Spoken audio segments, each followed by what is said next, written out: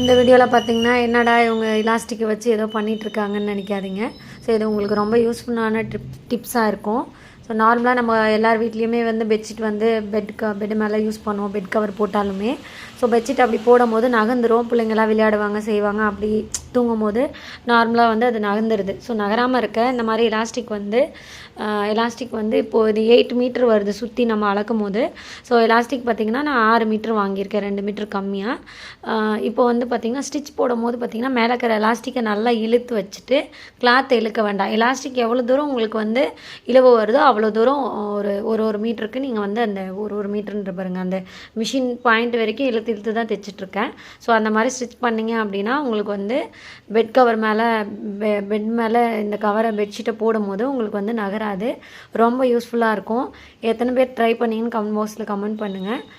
இந்த வீடியோ பிடிச்சிருந்தா மறக்காமல் நம்ம பேஜை ஃபாலோ பண்ணிக்கோங்க. இது கண்டிப்பாக ரொம்ப யூஸ்ஃபுல்லாக இருக்கும். இதை மிஸ் பண்ணாமல் ட்ரை பண்ணுங்கள். ஓகேங்களா? தேங்க்யூ.